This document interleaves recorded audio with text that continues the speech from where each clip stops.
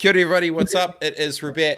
Welcome to Robett Live. Another weapon. We're honoured with royalty. This is the first royalty we've had. We've got the UK New Zealander of the Year, Tania Bearsley. How are you? I'm fantabulous, Robert. How are you? Good. I'm trying to figure out how I'm half hyped and amped and half depressed. Like, yeah, I'm with you. Like, I'm really positive for ideas and momentum and opportunity, but also gutted for what I know is coming and how the battles that are ahead and how we kind of, not that I want to jump straight into it. And this is about you, not me, but that's where I'm at. If you're being honest, because that's No, I do love your honesty. If you'd asked me last night, I was feeling really homesick. So I'm currently in Porirua, north of Wellington, which is my hometown, but my real home for the last 15 years. And actually, it's my 15-year anniversary today of living in the UK. Well, technically not, but okay. Technically not, because I'm not there. So last night I was feeling really homesick. Our High Commissioner, Suju Mataparai, is making his way back to New Zealand. We've got Bede Corey coming into that position in the UK when he's able to leave New Zealand from his great work he's doing here. And I put this little PowerPoint presentation together on behalf of all the New Zealand community groups in London. And I just felt really homesick. So, Robert, we all know none of us are not affected by this. But I suppose I am a bit of an eternal optimist, and I'm always inspired what people do for each other. So I'm really inspired just to be at home, although I can't really explore it, to see what New Zealand's doing around supporting each other through this really crazy time. So let's jump to the big questions. Did you get like knighted and shit when you became the UK New Zealand of the Year? Let's talk. Actually, give context on what you do for the work and how you roll and where you're at and how you fit into the ecosystem. Maybe we'll start there to give a context. Okay, yeah. So for the last 5 years, I've had the privilege of being the UK and Europe Regional Director for Care New Zealand, so our Kiwi Expat Association. So I've always been inspired by your work around, smashing that tall poppy idea, and every day in my work with Kia is about celebrating global success and contribution. And so I sit up in this city that I really adore, helping lift New Zealand's aspirations and matching them with expat Kiwis and, importantly, friends of New Zealand, to help them when they've got big questions or are trying to get through doors and walls that they just can't break through. So for the last 5 years, I've had this incredible storm of bringing New Zealand's incredible business, creative, commercial, everything talent together and celebrating that to expat community, and then seeing them launch into, with the support of Kiwis and other people, into their marketplaces. So it's just been this really incredible, strong 5 years of growth and support. And I have the privilege of chairing a community group. So there are over 15 community groups in London alone that celebrate the New Zealand and UK connection. So we all come together 4 times a year, just see what's going on and get a measure of what's really happening for our people, our nation, and the city that we call home. All I heard was party 4 times a year. I just heard party. I heard absolute really constructive meetings, which is really boring, although I do provide the kai, so we're all right. So to sort of help it to your question, to give that kind of gives a context of where I fit in that ecosystem. And then when we all woken on the 15th of March last year to the news of what had happened with the Christchurch shootings, home felt incredibly far away despite how tight our community is. And so we were all kind of stuck in this instant grief and feeling for our home, but also in that instance, the Muslim brothers and sisters all around the world that were really hurting in these families. And so we had this crazy 3-day process of talking amongst ourselves as leaders of community and getting guidance from the High Commission about, so what is the right response here as a community? This is something that, had really punctuated society. Anyone in the UK that heard our accent as New Zealanders were giving us love and hugs and condolences. And it was just this really crazy time. So we sort of come Monday morning, by 11 a.m, we had permission by the City of London to hold a vigil at Trafalgar Square. And so that was no mean feat, and it took a lot of guidance and thought and reaching into the Muslim community in London and really getting some guidance, and with the support of the High Commission, but it was the community groups that drove this. So the accolade that I was bestowed on Waitangi Day in London this year as UK New Zealand of the Year was an acknowledgement of bringing the community together at a time when our nation needed it. And the reason we did that event was we had this amazing example of our leader, Jacinda Ardern, and then also our communities up and down the country and the people of Christchurch was showing us the way as to how to respond to this really horrific event. And so, you know, by the Thursday the week on, we brought about 3,000 people together for a vigil at Trafalgar Square, which will sit in my heart and mind forever. A moment in life none of us ever want to revisit, but it really showed. We had people from all over the world come. We had people come in from Europe, people from up and down the country, people of many nationalities just came for a moment of humanity and togetherness. And so that's what the award was about. It was pretty hard to accept it based on our activity being based on so much loss, but sometimes we need to, I like putting spotlight on other people too. So it's was hard to accept the thanks from the community for bringing us together at that time. So it's pretty, that's a very long answer to your question. No, it's the energy. It must be kind of weird. It's like, when you know it's going to be heavy, you can feel it's going to be heavy visually. You haven't seen looks like that before, and so you can feel the weight. I can imagine that it must have been such just like a heavy vibe, man.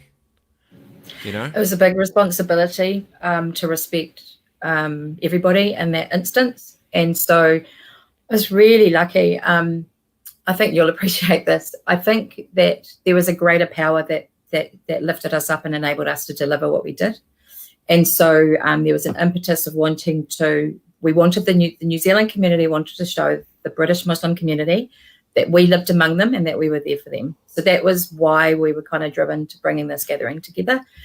And then as we started reaching, and it's about finding the right people. So before we knew it, we had multi-faith guidance from the Reverend that looks after St. Lawrence Jury in the Guildhall in London. And he was the reason that we're able to bring a multi-faith service together. And then all those beautiful connections. Rabbi Jeremy had been a rabbi in Wellington. There was a connection everywhere we came along with New Zealand. The imam was very graceful, and it was a really busy time for him and his community, and he joined us. And then even on the day, we received a message from Hussein Razul, who is this incredible gentleman that does the call to prayer, does the Adhan, and is world famous for it. And we just got this email saying, can I come and do this? Like and the so Bruce Buffer of praying.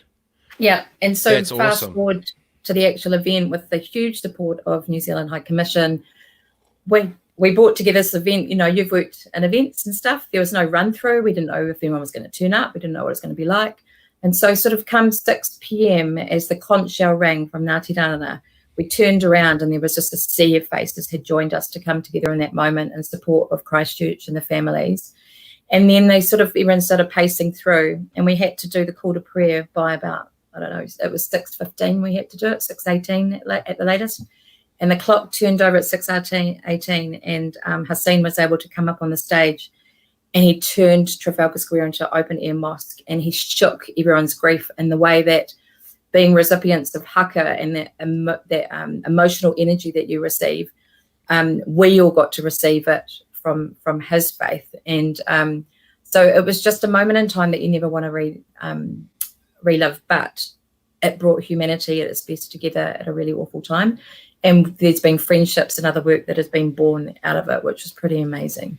So we can be really proud of our nation, because as a group of people that were lost, and, you know, we didn't want it to be ill received. We wanted it to be received in the respect that it was developed, and it was. But you're absolutely right. I think the next day I remember standing in my dining room in tears, and my husband said, okay, you need to come back to us now, because it just was a crazy journey where you just felt responsible for so many hearts and souls. So anyway, so that's kind of that.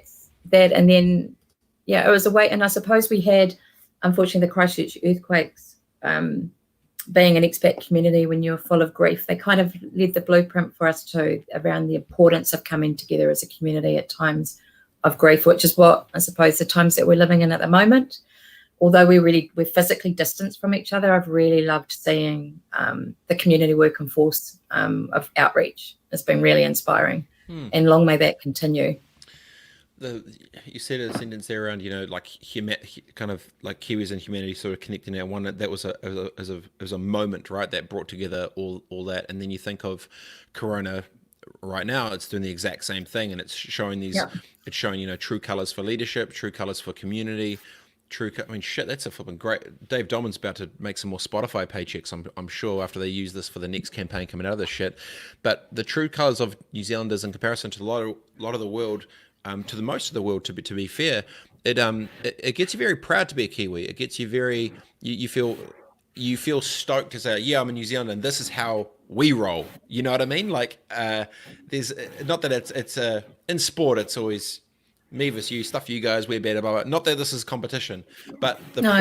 pride that you feel around, like how cool is it to say, this is our level of how we roll. This is how we prioritize and care about our people. This is how we, and I think just the pure care has been quite not overwhelming, just really validating what I think we all knew we felt in our heart, and it has been a test, I think, for everyone. Would you feel the same energy that you've been away to then in New Zealand actually seeing it in real life? Is that?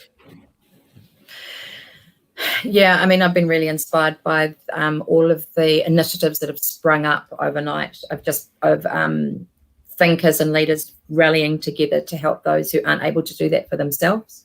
I suppose being at home, there's part of our community here that I know that aren't digitally connected, and so can't get to us, get to this, I don't know, this connection and information as quickly. So I do worry about all of them.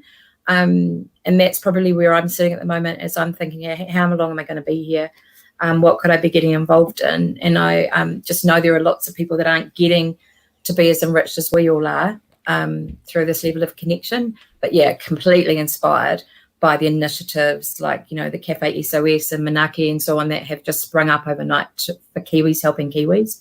I've been literally overnight, and whereas I've spent my, Kia is 18 years young, and we have been celebrating global success and contribution of New Zealanders for all of that time, and we've been looking and supporting the New Zealanders that are going offshore, and that's obviously a really difficult time for people at the moment. So we've seen that what our businesses and connections and projects and causes need from us at the moment is really quite different. They need just a bit of aroha at the moment from us as they scramble and figure out what the immediacy looks like, what that planning for the next level 3 looks like, and then looking out to 18 months, what does our life look like?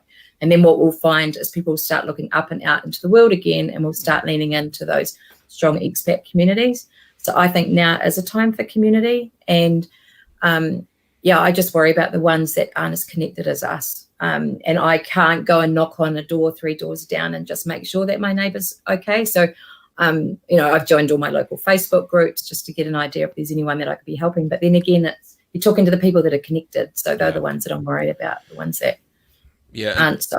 Down the cul-de-sac, you need to watch out for Karen. She's just been throwing a big bitch at the moment about the flipping milk cartons not getting delivered to the right side of the driveway. I think one of the ones that made me giggle in our local group was someone who was desperate for some lemons at 11 o'clock in the morning, and I thought there's either lemon meringue pie or that woman's having a gin. So, or because I'm in Porirua, obviously, and proudly the home of Whitakers. Someone was arguing that Whitakers shouldn't be open and shouldn't be producing. And no, that's an essential. No. Just all jumped in on that. It's like, this is an essential service. So I've currently got a little stash in my room at my mum and dad's, who've opened up their house to my husband and I and my daughter, who wasn't allowed to go back to Australia. The Australian immigration said she hadn't lived there long enough. So luckily we were here, so she's with us. And it's like Christmas. Oh my God. Well, I don't know if it's been like Christmas for her, but anyway, so I've got this little stash of Whitakers, and I keep a daily diary out to my friends about what I've been doing in this little small life that we're currently living. And Macintosh's toffees were the things that hit the stakes the other day. So we went and bought more packets to the green ones. When the post is open again. Green one's your favourite? Yeah, green one's pop. When mail opens up again, I'm sending so many care packages to the UK because, Kiwis need that. So maybe we'll talk there for a second. Kiwis that are, I think, is the number over 1 million expats around the world in New Zealanders? Is that the right number? Yeah, it's a statistic that I suppose it would be really hard to prove, but it's one that we all live to and feels right. So we say that there's up to 1 million Kiwis living offshore, which makes New Zealand the second largest diaspora per capita. So diaspora being that outreach of that's where all your Kiwis, your cluster of expats around the world. And so we're only second to Ireland. And so that's why we're quite impactful, I think. If you think about 5 million here, 1 million of us offshore doing really cool stuff. I don't know. I know that you're well travelled and you're living offshore. We just bump into each other everywhere. I'm convinced that there's some kind of magnetic force in us to find each other. And we are high achievers. I've alongside obviously the Kia World Class New Zealand Network, I've also been involved in Dream Catchers, which was we'll all remember Hilary Timmins from our TV days, the day with Lotto and so on. She was really inspired what Kiwis were doing in the UK and has created Dream Catchers, which is doing a little plug for her now on YouTube. But just the stories of Kiwis that have hit incredible levels of success and contributed in the world. We need to keep shouting out about them. And Preach. And our idea of Kia was all kind of born out of that brain drain discussion around feeling a little bit sorry for ourselves because we're losing all this expertise.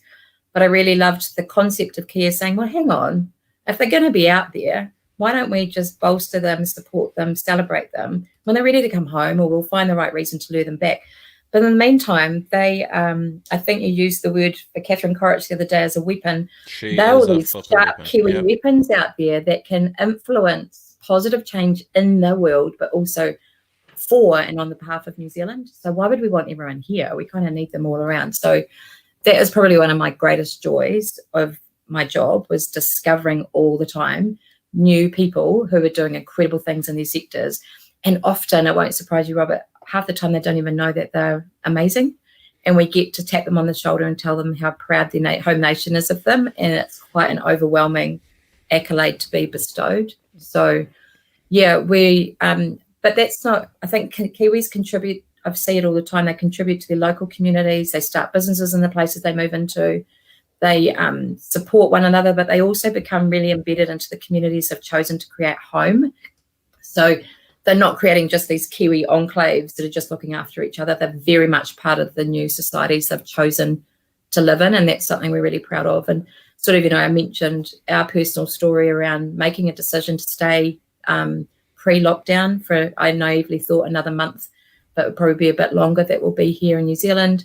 Our daughter's inability to be allowed back to where she was living and working. We're not alone in being displaced, and there's lots of discussion around what do we do now, because a lot of people did pack up their homes within 48 hours all around the world and come home, not just in New Zealand. People have been doing it all around the world. So you've got this supply and demand, and also you've got this issue, but you also got all these people who've come home that weren't actually quite ready. So we've got to look after them. We've got to find things for them to do. We've got to learn from them, but we've also got to look after them and make them feel welcome, because they are moving back to a new country. Some people have lived away for 20 years. They're different. Their nation's different. So there's that. We have to be mindful in community as well, as welcome everybody in. We've all got different journeys as to why we're here. Some of us haven't got the the fiscal means to make that decision and still be financially okay. Some people have locked up the doors, left the porridge on the tables, and left. And then they have to deal with the consequences. But equally so, you've got expats who are saying, my example is the UK. Yeah, it's really tough here at the moment, but this is my home. I'm going to ride it out. So we just have to accept that everyone's living really different situations. And then what do we do to help each other? But yeah, New Zealand, all the ones that have come home, welcome them. They're going to need lots of hugs when we're allowed to do that again. Yeah.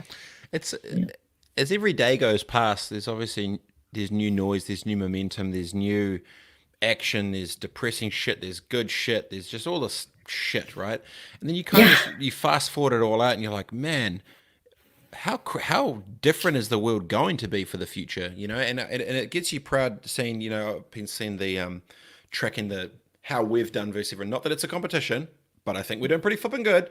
Yeah, no, we do. We are quite competitive as a nation. Yeah, but looking at it, we're like, yeah, come on, New Zealand, come on. And we've got the black line for us. We're like, yeah, black line, yeah. What's your biggest fear around community or culture or commerce? when we come out the backside of this for New Zealand, maybe not for New Zealand for New Zealand's sake, but New Zealand to the world, because obviously with the global lens, we mean different things to different places. Where's your head go to when I ask that question? Yeah, okay. So from that, the thing I think about is innovate. So my fear is we're an amazing nation of thinkers and doers, but where we often, and this isn't a new conversation, where we often lag behind is access to the funding to be able to innovate really fast and to move. So one thing that I know that, seeing what NZTE's done with their online marketplace to sort of make sure that that export community are talking to each other about that supply and demand, and they're helping each other keep their products go into the world. That's really important. We need to work together. We have to work together. We're all I see it all the time where businesses are really proud of their success, but often forget to join coalitions when they're going offshore, or to work together, or to not be afraid to say when they don't know something. So what we don't want is those products that are already out in marketplace to have to come back. So they're going to have to tell us what they need, seek help, work together. So we're going to have to support each other even more so to keep those products out there. But also we're really good at seeing opportunities, but often we lack the financial momentum to get us there. So we have to back ourselves. Like, how do we get access to that funding to take those pivoting ideas in business into the right marketplace? And so that's my fear, is that we're not as fast as we are in some things, that we just don't get that financial momentum to be exactly where we need to be. Yep. So that's my fear. Yeah, it's forever the number 8 wired thing. It's copy paste. It was like, we're quick on our feet and resilient, number 8 wire, blah blah. The reality is, New Zealand has world-class creativity. We have third world commercialization skill sets for that creativity. That's like the greatest. Yeah, and I think sometimes it's just matching those expertise, though, because I think we can't all be. I think I said to you when we met just before we came online, that I see myself as a jack of all trades and master of none. And we don't have to be that. We just need to sharpen in on what we're really good at, and then look for the people who can help us at those other things. And that's what I'd really like to see. More collaboration, because combined, we've got all of that. And we do have a freshness and an open thinking that we do bring into the world, and I'd hate to see that disappear. I've worked in international teams, offshore 15 years, and I do see when I bring my way of thinking to a table, sometimes it's resisted, and then when it's sort of reintroduced in a more open, collaborative way, people go, oh, okay, I hadn't seen it that way. So that, and also work with our partners. So this isn't just New Zealand going out into the world, this is New Zealand going into the world with those global partnerships, work with other nations, work together. I mean, no one is immune from this whole situation we're in. So I'm all about connections and relationships, lean into those. How can we be helping each other and working together and collaborate? And that cross-border collaboration is going to be more important than ever, because we need that positive stream of goods and services going everywhere. Because I know that there's been some conversation around this globalization not necessarily being as positive for the world as we know it was, and this has given us a moment to breathe. So let's do business for good. Let's do business that makes sense. Let's work together and not just compete for the sake of it, would be my sort of utopia. To your point around community, Kiwis are quite huggy, and I imagine there's a lot of people out there that are really missing. Like good hugs, consensual hugs. Really good hugs, essential hugs. I think there's a lot of people out there missing their hugs. So I'd like to think that over time, because you see it when you go to the shop, right? There's this respecting what we need to do for each other. There's a sense of distrust and unease of each other, and I would just hate to see that be left in us. And so I've loved seeing what our nation's doing around mental health and having really open conversations around how we're all being impacted differently. And so we need to come out of this as whole people, as people who put their hand up to say, I need help. People who say, look, I feeling good today, or I'm not, and just that openness. I love what Xero's done with their mental health access into business, and what John Kerwin and stuff's done with their app rollout this week. Really brave, bold conversations to have, but we need to make sure that people around us are having them as well. And so community has to start with making sure that we're all okay first, before we all just start running off to in search of what we think that we've lost. But these Zoom calls and the things that you've been doing show that community has become also a lot more accessible than it ever has been. the world's kind of opened up in a really unique way.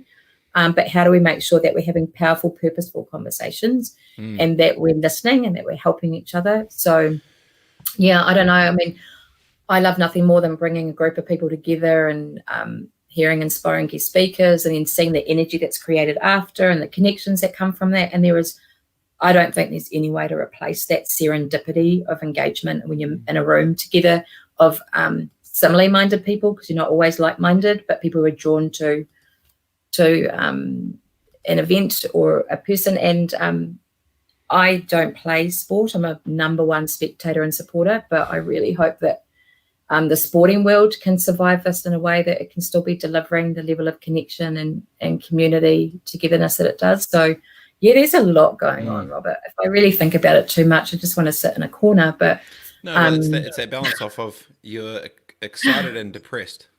It's the tension of positivity for the future with fear for the now, and we were talking with Janine Crossan, the CEO and founder of Powered by Flossie, and she was talking about, we're going to be going into the world of, obviously with hygiene and safety, into a fear-based economy. Yeah. What does that mean? And you're talking about going to the supermarket, you want to high-five your friend, but you don't want to kill him. So, that's right. And so what do? It's like, all right, well, start with like trolley bumps. You can do trolley bumps. Start with some of that. It's there is going to be a social distance that comes in for a while, and God, just still wash your hands, right? But and stay home when you're sick. I just, that's just, we've all grown up with that, and maybe this whole ability to work from home now means that you can still be productive even though you get a bit of a head cold. But I don't know. And I watched Janine's, and I'm lucky to call her a friend, and so pleased that she's on her way to health and wellness. And we've got, I've got a few friends in London that are really suffering with coronavirus, and it's been really hard to support them from afar because it's a really isolating illness. You are on your own. But I watched her talk the other day, and I've even watched it amongst my friends and family as they're all starting to start looking after their own personal grooming and things at home. So, and that to that point is that fear of each other, because you don't want to make someone else sick, but you don't want them to make you sick. So how do we start building that trust again? And I don't think we're there yet. I think we just need to get too far ahead to even trying to solve those things, but we need to be aware of them. And so, like, I just want to even just shout out to, I feel really grateful that I'm in New Zealand and receiving the messaging from our government. I know that there'll be lots of arguments about how hard and fast we went, but just the messaging and the encouragement that's coming out from that team, exemplary, and it just makes me feel really safe as you can in this situation. But we've all got to kind of rally in together, and I like that idea of New Zealand being a 5 million strong team. Wouldn't that be amazing?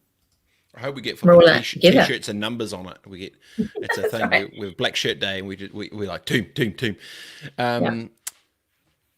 Kia, trade, global. How do you see the doors opening back up? How do you see because actually I'll ask you this, because you're pretty well versed in the politics and money shit internationally. So there's a big resounding energy and momentum that's coming out from certain leaders talking about resiliency to look after our own and bring it back home, and made in America and made by ourselves, blah, blah. Simultaneously, there's a huge trade component which they need to survive.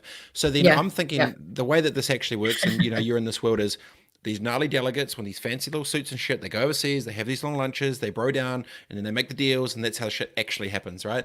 But when they go into it now representing their countries, doesn't need to be New Zealand, I'm imagining that there's going to be an internal tension of, we need all of you, but we need to look after ourselves. So it's going to be this weird fake kind of, I don't know if it's going to be fake, but it will be fake. It will be fake. Lots of fake shit. But like, how do they navigate the political world to try and open up passages back with each other, but simultaneously looking like they're resilient, that they're back in their own at home, because there's going to be this now big push on hyper local resiliency, local investments. We need to look after ourselves. It's, our nation first type thing. How do you practically navigate those two worlds? It's a really good question. That's a big question. That's one of the big questions here. The whiskey hasn't even started yet. I'm really lucky. I know. I haven't even had a coffee this morning because I've been in meetings. So the one thing we have to be really careful about, I think what's dangerous in the world is nationalism, right? So globalization and thought and togetherness as a global world is really important, and that understanding of each other and what each other needs. In the first instance, I completely agree that we need to start looking after our domestic economy.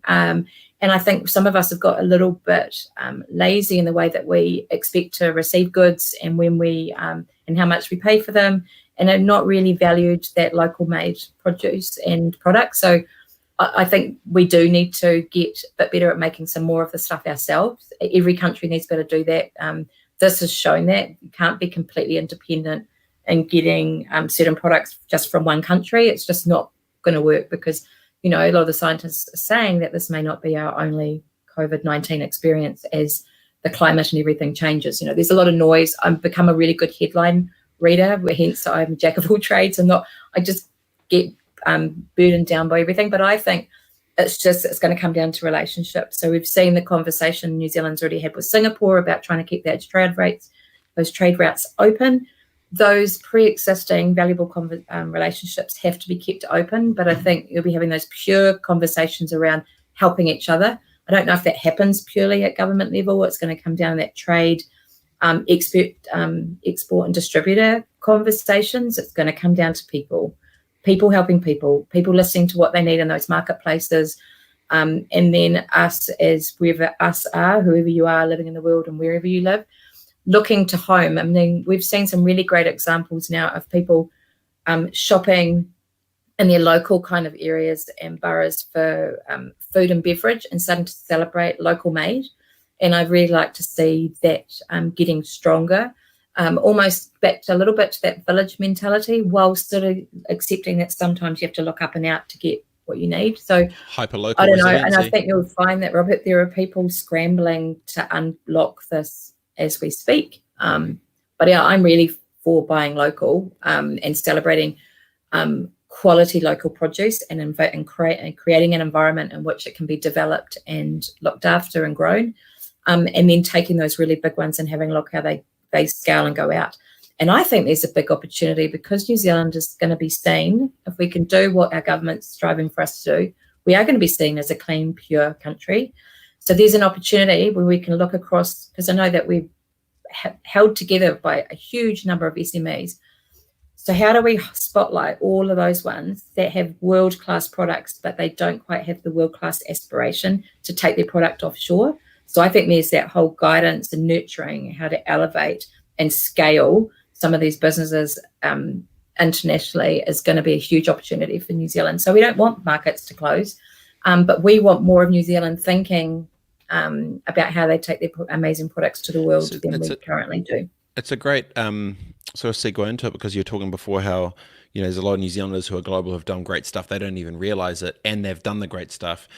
Yeah. The challenge there isn't actually about the potential goods or services which could go to the world. It's actually the mindset of that business owner for them to realize that they are great, that they could be thinking, why not go global but stay local? Like I've been talking about this for flipping ages, which kind of brings you back to the tall poppy headspace thing around internal bravery of those to realize that they're actually good to go and do stuff and create and go.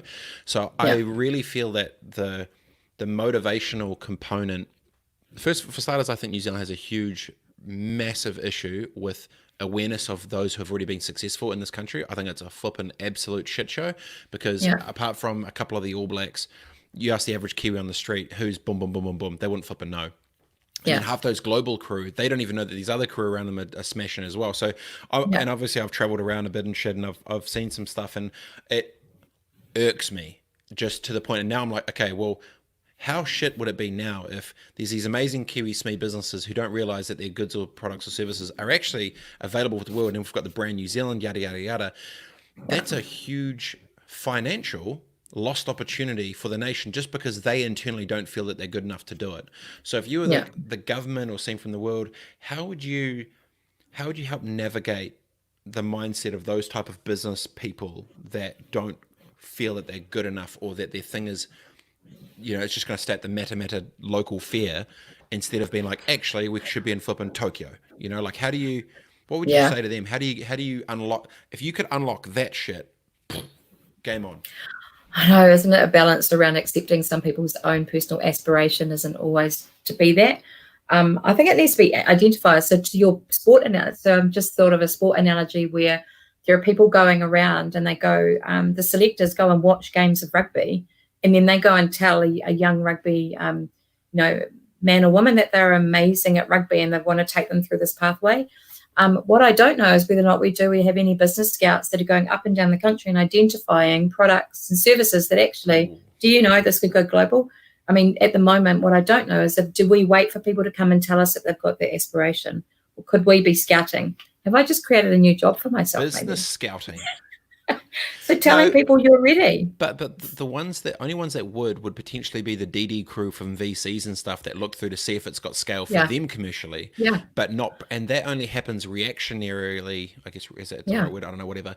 When they come into that world if they need funding, opposed to existing good businesses that do exist, which could go out. Yeah, that could get some nurturing. Scout. Oh, it's a good one. That's a good one, isn't it? So I think there's opportunity for people to be told. And to be market, and so that comes down to our internal marketing as a nation, the pointing to, the storytelling, and showing what someone else has done. Often, you can then see yourself in that journey. And there are a lot of blockers in business, right, to growth. And so, how do we unpick those? So it is a big one. But I think aspiration and being given the permission to dream big is a bit cliche, but I think it's really important. But it's not so much even people so you go. To talk about what they're doing and why they love it and how others could be benefiting from it. But I don't think it needs to be that they can dream to be big. They might already be, like, that's one thing on the way up. But there are those that are there that have so much epic shit. If they just told people that they existed, it would be so good. So it's like that mental block of, oh, no, it's all good. No, I'm not good enough. No, sweet. No, it's all, don't worry about it. No, sweet, sweet, sweet. It's those crew that they piss me out. Like, the young bucks are going to get the inspiration, like you want them to, right? They want to go driver and whatever. But those that are there now, I think the majority of people who could be way bigger than they are right now, who could be double the size, don't even think they're worthy. They don't think they're worthy. And it's so Kiwi, not to say that you shout it from the flipping rooftops, but like, there's a difference between arrogance and confidence. You know, if you're confident to then be more externally brave around things, then your business grows. Then you hire more people. Then you get more stuff. Then you get more dollars through the door. Then your family have better lives. Then your kids go to better schools. Then it's like, then. But they're like, oh, no, it's all good. No, I'm just going to tick along. It's all G. I'm just going to tick along. And I think, the BNZ had their, I keep using this flipping stat all the time because it's really impressive to me. 97% of New Zealand businesses are small businesses with less than 20 staff. Yeah. 97%. Yeah. So it's like, okay, and if there was a hack that you said, okay, this isn't actually going to cost anything, but mentally, if their headspaces of 50% of that 95% could believe that they're actually good and their product could go elsewhere, and if they just had opened their eyes for a second, this could add hundreds of billions of dollars into the economy. You'd be like, I'm sorry, what? I know, but we all need to, Sir Paul Callahan's, how do we create more zeros of the world? So how do we create more big companies out of New Zealand without them having to leave? And it doesn't always have to be SaaS. Obviously, SaaS is a really good product to export to the world because you have to put people on seats in that technology, and often we are very product and primary industries based. So I don't know. It's there has to be opportunity out of this. There just has to be, and it's going to be hard. There are going to be some businesses that won't reopen. But I think even then that responsibility across their sectors around understanding who could be working better together and they become stronger that way, and sharing that workload and, that world of competitiveness. Yes, there's still that commercial importance of business, but how do we do business better? How do we do it with a more responsible view as to what we're trying to achieve for the world, not just to, profit for shareholders and so on. So, yeah, it's going to be really interesting to see what shakes up out of this. But, we need to help people. What do you people think, need to say what they need. What do you think is the biggest opportunity right now for New Zealand post-COVID? The biggest thing, which is an absolute no-brainer that you think? Oh, God. I can't answer that. My head's too flooded. No, you've lost me. Oh, please. Well, I was going to say, I was thinking, our mana. I think we can lead the way by showing the world how communities can support each other. That would be an amazing thing to give the world. And accepting that, because I know that being an expat for a long time, watching New Zealand evolve, we're an incredible multinational, international country. And we need to start celebrating that and show how we can all work together and support each other and accept that we're all bringing different things to the table. So, God, if we could do that and show the world how to give, if we could give overnight every family that don't have access to the internet, we could give every child in New Zealand. I know that Education New Zealand doing great work and trying to get, supply and demand, getting things out to kids because they're going to this new way of learning for a while. If we can enable our communities and level the playing field a bit, God, that's what I'd love to see us do. And then we could be leading the way. So, yeah, I think I'm so community minded. I mean, I love business, but I'm all about people. So if we could get communities to be more cohesive and accepting who they are together as that beautiful melting pot, and we can make sure those that don't have access to some of our basic privileges now around access to knowledge through the internet and access to devices, God, New Zealand can soar. We'll all be a lot more connected. We'll be together, be helping each other. So we could lead the way that way as a nation who helps each other. 5 million, we can do this, right? I want my black T-shirt with my 5,000. Everyone gets a team of 5 number. million. I'll buy the first one. There you go. No, I'm saying the government should give us them, and we rip them on a day, and we have the new. Look, they're turning through money at the moment. I think we can turn it into a bit of a charity. There you go. Option. How about we do that? Who do we know that's a really good T-shirt designer? I know some people. We've got contacts. Yeah. Is it weird you seen New Zealand from afar for 15 years and then come back and be here? Yeah, it would be here not to be able to see it. Yeah. Look, I'm really lucky. So for my first, 6 or 7 years offshore, I didn't really engage a lot with New Zealand other than when, any of our sports teams or Dave Dobbin or someone came into town. And on purpose, really, just to, meet people locally and have a real UK experience. But it was around 6-7 year mark that I started missing home, but I knew that I didn't want to be back here to live because I hadn't quite finished yet. And so that's when I started discovering what was happening within the New Zealand community, specifically in London. And I just had this whole dawning of this realization of what Kiwis are doing around the world and creating in their new adoptive homes. And it just blew me away. So I have become this super kind of Kiwi supporter in the UK, where I have to really actively try and take New Zealand out of my day because I'm just so pro-New Zealand, so pro-New Zealand businesses. I mean, I want to give a shout out to all of the Kiwis in business in UK and London, and especially people like Crosstown Donuts who are trying to thrive and survive through COVID by creating collaborations with other businesses, like Caravan and Volcano and Sacred, all delivering their coffee to your door still so we can all keep our coffee hats up. Cadrona, gin. I've got a bottle coming today. We all need Cadrona or Scapegrace gin. There's just so much pride. And I worry about Rod and Gun, who've just opened their stores in London. Like, how do we make sure people are still buying their clothes? So I've lived in this really strange London, New Zealand bubble. I'm probably more New Zealand now living in the UK than I am and was when I lived in New Zealand, if that makes any sense at all. Yeah, got it. So, I am unique in the sense that I am just flooded with New Zealand and I'm championing it and its a contribution in the UK all the time that I probably bore a lot of people. And my husband will laugh. We'll go somewhere and try and just go to an English restaurant for dinner and a Kiwi will serve us, or the Kiwi will be a head chef, or a New Zealand song will come on, or the best wine of the night is Kiwi wine. It's just like, really? Where do we live? We're everywhere. I've had that pure expat experience where New Zealand was just home, really proud of it. And then I've just had this really amazing journey of supporting New Zealand offshore. And I don't know how long I'm going to be home. So I'm just trying to think, how do I add that external view and value here while I'm at home? And I'm really lucky. I've got these beautiful connections all around the world that love our nation and want to help it grow. And to one of my points earlier, they're not all New Zealanders. They're just people who love our nation, have either lived here, studied here, or have the fortune to marry a Kiwi. We've got some good stuff to be sharing with the world. And yeah, I don't want to see our little nation become a pure isolated island nation, and I don't think we want that either. So, I worry about our tourism industry. The amount of days, I count probably a couple of times a week. I give people advice as to where to go on holiday in New Zealand. So, what do we do to help that?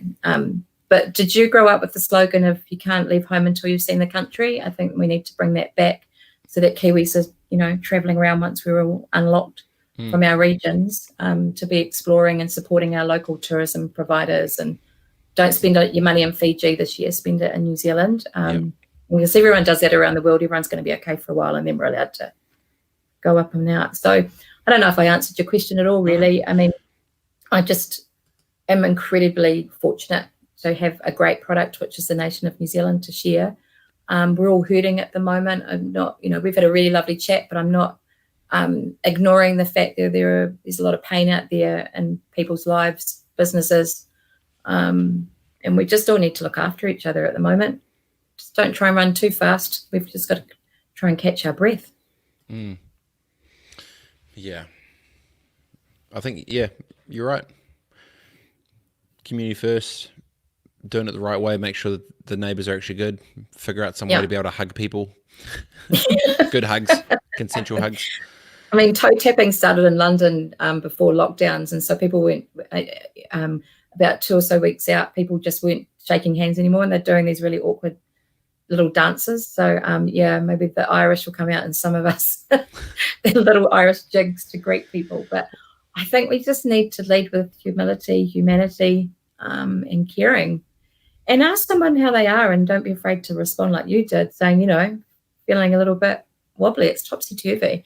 A friend sent me a beautiful message the other day. Am I allowed to swear on your program? Have you heard how I talk? He sent me a message the other day, and it was so Kiwi in the sense that it was like, how are you?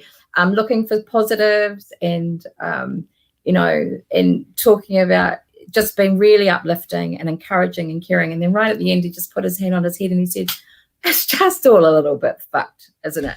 And it just kept me laughing all day, because it is just a little bit fucked. But we're all in the same boat. We're in the same walker. Let's all help each other, which I'm saying, and I'm really encouraged. I'm really proud of our nation.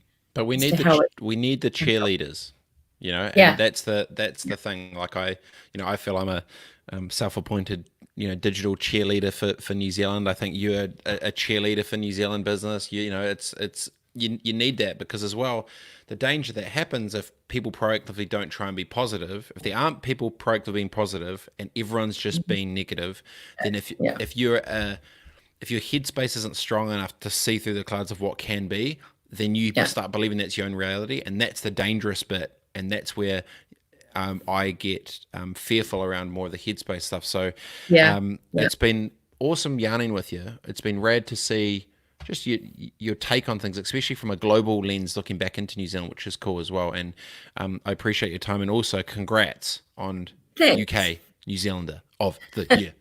Amazing. Great to spend time with you. Thank you. Thanks, Tania. I'll see you soon.